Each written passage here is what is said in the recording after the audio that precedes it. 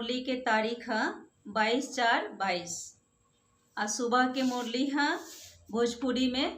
बाबा कहतनी मीठे बच्चे बाप की याद में रहल ई बहुत मीठा मिठाई है, जवन दूसरों के भी बाटत रहे के बा, अर्थात अल्फ और बे के परिचय देत रहे। यानी कि बाबा के परिचय और बाबा जौन वर्षा देतनी ओकरा के परिचय सब कोई के देवत रहे के बा। बाबा आज हमनी से प्रश्न कैनी है, अस्थाई याद में रहे के सहज विधि का है? अस्थाई याद में रहे के सहज विधि का उत्तर बा बाबा के अस्थाई याद में रहे के बा तो देह सही देह के जौन संबंध बा उनकरा के भूल जाए के बा। चलत फिरत उठत बैठत याद में रहे के अभ्यास करे के बा। अगर योग में बैठते लाल बत्ती याद आई तो योग टूट जाई। अस्थाई याद नहीं रह सकत, काहे से कि स्थूल चीज के याद करम तो याद रही ना याद रही। तो योग में बैठते यदि हमने के ये संकल्प चलता कि हाँ हमार लाल बत्ती रही तभी योग लागी, तो फिर बुद्धि तो हमार लाल बत्ती में चल गई, तो योग कहाँ से लगी। यही से बाबा कहतनी कि योग में बैठते यदि लाल बत्ती याद आई तो योग टूट जाई। अस्थाई याद नहीं रह सकत।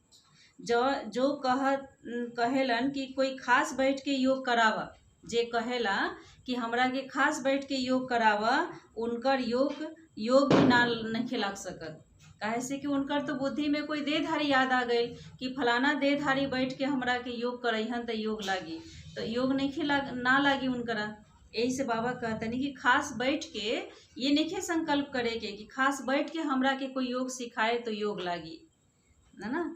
गीत बाबा के आज है, रात के राही थक मत जाना, सुबह की मंजिल दूर नहीं। अब सुबह की मंजिल दूर नहीं खे, ऐसे हम पुरुषार्थी बच्चा लोग के बाबा कहतनी कि रात के राही थक मत जाओ। ओम शांति। अभी यह हो गई योग के बाद, कहे कि अभी रात है, अभी जौन ये गीत है बाबा कहतनी कि योग के बात हो गई।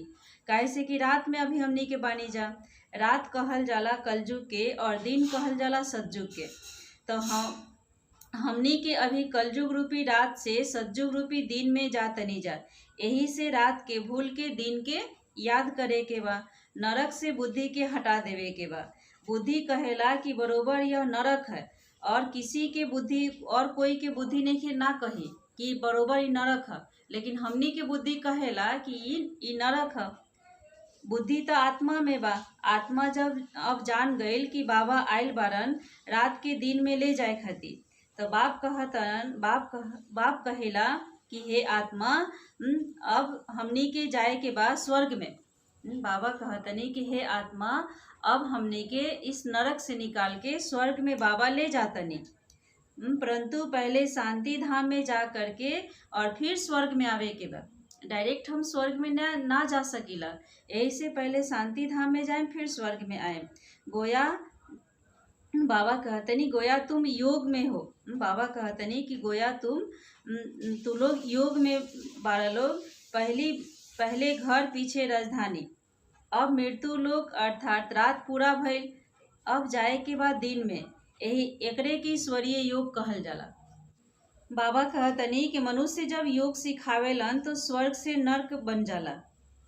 कोई उल्टा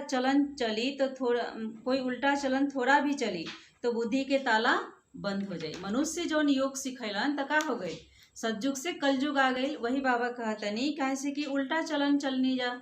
मनुष्य जब भी सिखैन तो मनुष्य के बात सिखैन, देहधारी के देह के बारे में सिखैन। यही से स्वर्ग का भइल नर्क बन गई। तो बाबा कहते नहीं यदि बुद्धि के ताला बंद हो जाए तो 10-15 मिनट भी याद में नहीं रह सकत। ना तो बुढ़िया के लिए, तो बुढ़िया खाती, बच्चा खाती, बीमार खाती तो बहुत सहज है योग कैल। काहे से कि में तो कोई मेहनत नहीं करे के, ना कोई माला फेरे के बा। यही से बाबा कहते हैं कि बुढ़िया खाती और बच्चा लोग खाती, सब कोई खाती, बीमार खाती, बहुत ही योग सहज है, यानी योग कर सकीला।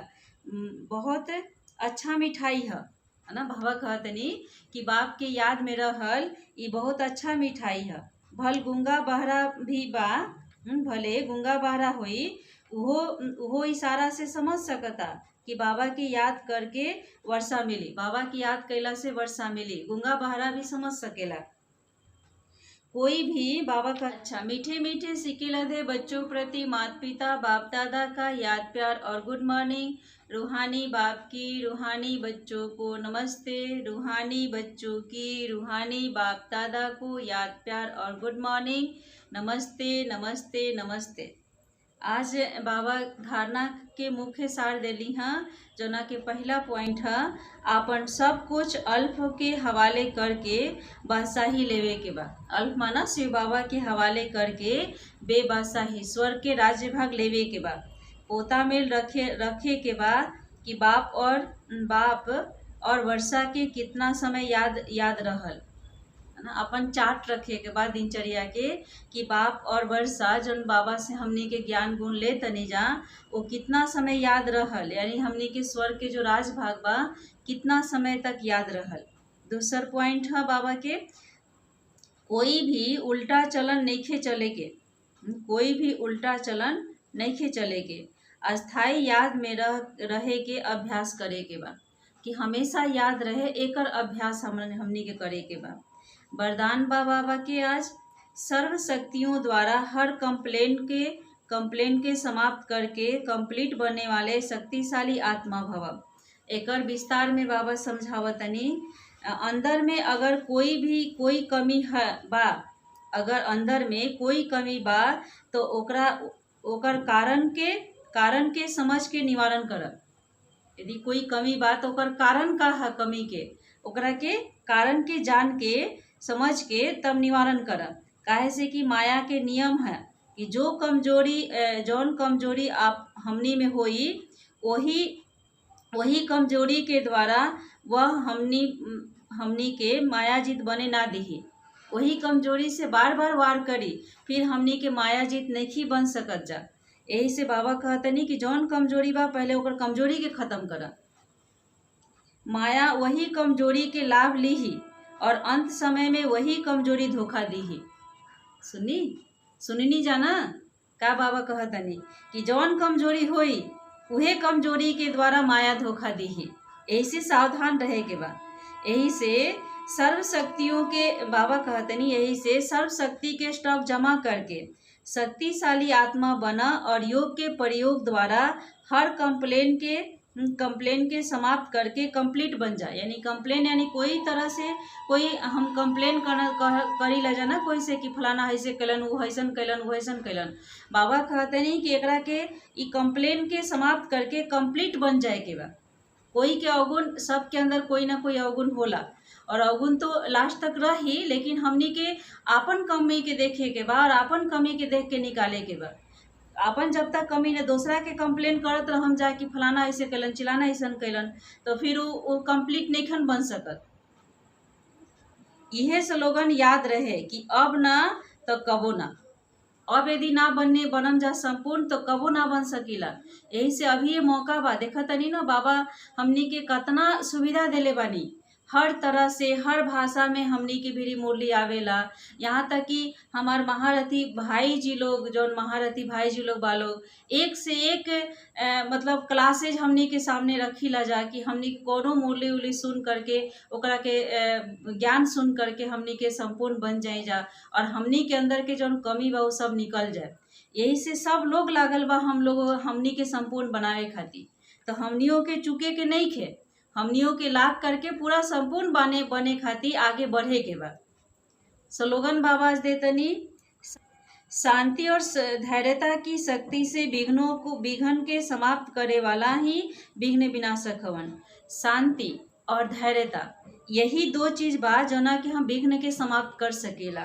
तो ये दोनों शक्ति की धारण करके विघ्न के समाप्त करके विघ्न विनाशक बने के बा। अच्छा, ओम शांति। आज बाबा हमनी के सोमान देनी जा, जो कि हमनी के रोज इस सोमान पर अपन दिनचर्या बनावे के बा। तो आज के सोमान है जेकरा के स्वयं के मान और वही सोमान पे जे चली ओकर स्थिति बहुत अच्छा रही। तो आज के सोमान है कि मैं यानी हमनी के विश्व 100 केस के 100 पीस है जा। 100 केस के 100 पीस है जा देखे वाला। तो कैसन होला 100 पीस और 100 केस में रखे वाला चीज कैसन रहेला, नमूना रहेला नो। एक गो मना देख के चुन करके बीन करके जो लोग आकर्षित होके वैसन रहेला। तो ऐसे ही हमनियों के बने के बा, जो हमनी के देख करके दूसर कोई परिवर्तन हो जाए। आज के विचार है बाबा के, हम जेकरा से प्रेम करीला हमार स्वरूप वही व्यक्तित्व वैसन बन जाला। हम जेकरा से प्रेम करीला प्यार करीला हमार स्वरूप हमार हमार अंदर के जो भावना बा स्वरूप बा वो व्यक्तित्व वैसा ही बन जाला जौना से प्रेम होला। क्योंकि काहे से कि उनकर गुण हमारे अंदर आ जाला। जैसे बाबा कहेला ना कि बाबा से प्यार बा तो बाबा के गुण के धारण करी जा। तो वैसे ही जौना से प्रेम होला उनकर सब विशेषता हमार अपने अंदर आ जाला। वो ऐसे करते तो हम भी ऐसे करीला, वो ऐसन करेला तो हम ऐसन करीला। तो ये है प्रेम के निशानी। वह बाबा हमनी के सिखावत तनी कि बाबा ज्ञान के सागर हैं, सुख के सागर हैं, पवित्रता के सागर हैं, है ना। तो वैसे ही हमनियों के बने के बा। ठीक नो। ओम शांति। ओम शांति।